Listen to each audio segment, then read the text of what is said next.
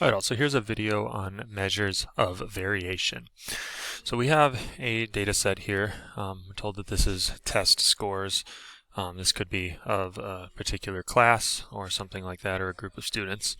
And we want to measure the variation of this data set. Now there's several ways that we can do this, and I'm going to show you 3 of them today. So the first way we can measure variation, well, I guess let's back up. Variation, essentially what that means, variation, is essentially just how far apart these data values are. In other words, variation is the spread of a data set. So we're going to look at 3 different measures of variation today. So the first one, let me just erase this. First measure of variation we have is called the range. And this one is the simplest, and it is simply the difference between the highest value and the lowest value. The difference, I'll abbreviate here. Oops, what just happened? The difference between the highest and the lowest value.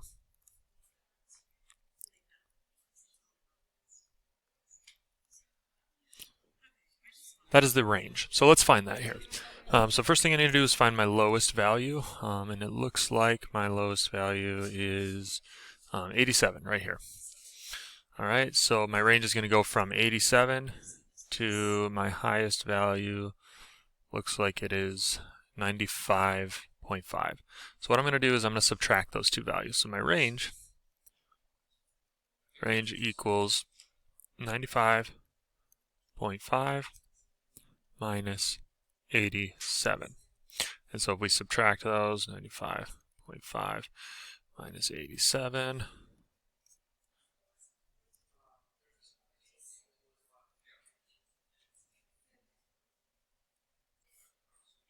(8.5). My range is 8.5 here. So this data set spreads over 8.5. This would be 8.5% if we're talking about test scores. All right. So that is the range. The second measure of variation I want to talk to you guys about is the interquartile range. The interquartile range. So write that here. Interquartile range. And this is like the range, but it involves what we call quartiles. Now quartiles are simply values that divide our data set into quarters. So if we have our data set that's represented by a rectangle here, our quartiles are going to slice this data set up into quarters. So we can see here that there are 3 quartiles. We have quartile 1, quartile 2, and quartile 3.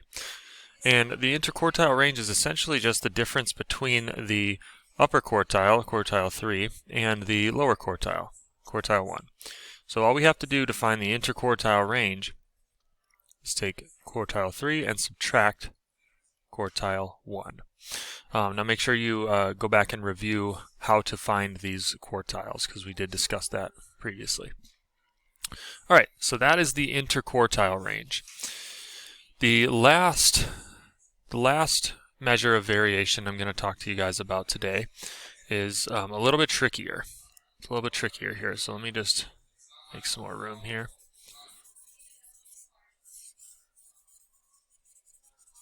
Alright, the last measure of variation is called the mean absolute deviation.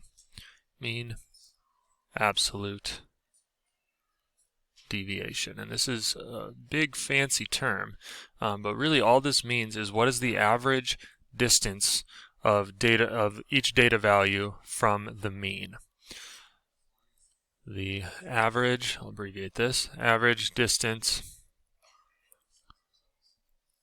between each data value and the mean. You'll have to excuse my poor handwriting here. The average distance between each data value and the mean. So I'm going to show you how to calculate this here. First thing we need to do is figure out our mean. So I'm going to just do that very quickly here. I'll get my calculator out.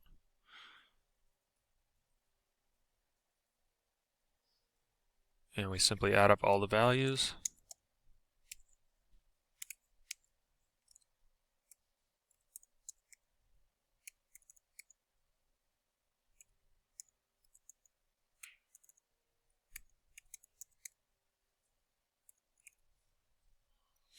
All right, and we get 817, and we divide by the number of values. So I have 1, 2, 3, 4, 5, 6, 7, 8, 9 values. I'm going to divide this by 9. Okay, so my mean is 90.78, we'll call it. So our mean is 90.78. 90.78. Okay, so next thing we have to do is we have to find the distance between each data value and the mean. So what I'm going to do is I'm going to take the absolute value, I'm going to subtract the data value and the mean and take the absolute value. That will get me the distance. And I need to do this for each data point here. So 89.5, I'm going to say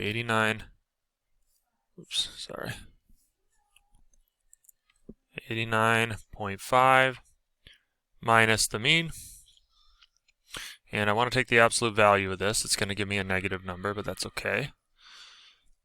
89.5 minus 90.78, negative 1.28.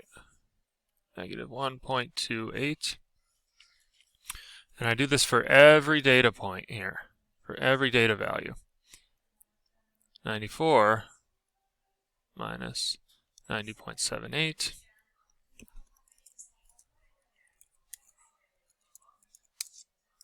3.22.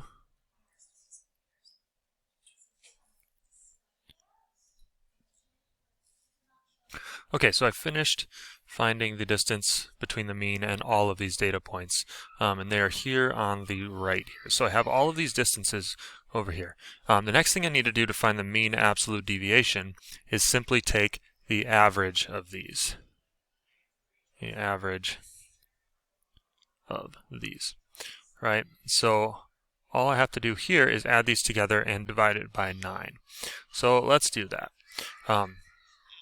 Oh yeah, and we also take the absolute value of anything that's negative. So I'm going to do 1.28. 1.28 because that's we take the absolute value plus 3.22 plus, this is negative, so I'll make it positive, 0.78 plus 1.72 plus 2.78 plus, I'll have to scroll over here, 0.72 plus 3.78 plus, a little bit more room here, plus 4.72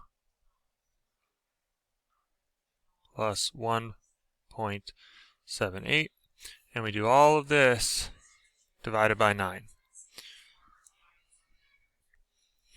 Alright, so I've added these up, and we get 20.78, and so 20.78 divided by 9, and that equals 2.31 approximately. So this is our mean absolute deviation. So that means that on average, each data value is approximately 2.31 percentage points away from the mean. And so that was just a brief look at several different measures of variation. We talked about the range, we talked about the interquartile range, and lastly, we talked about the mean absolute deviation.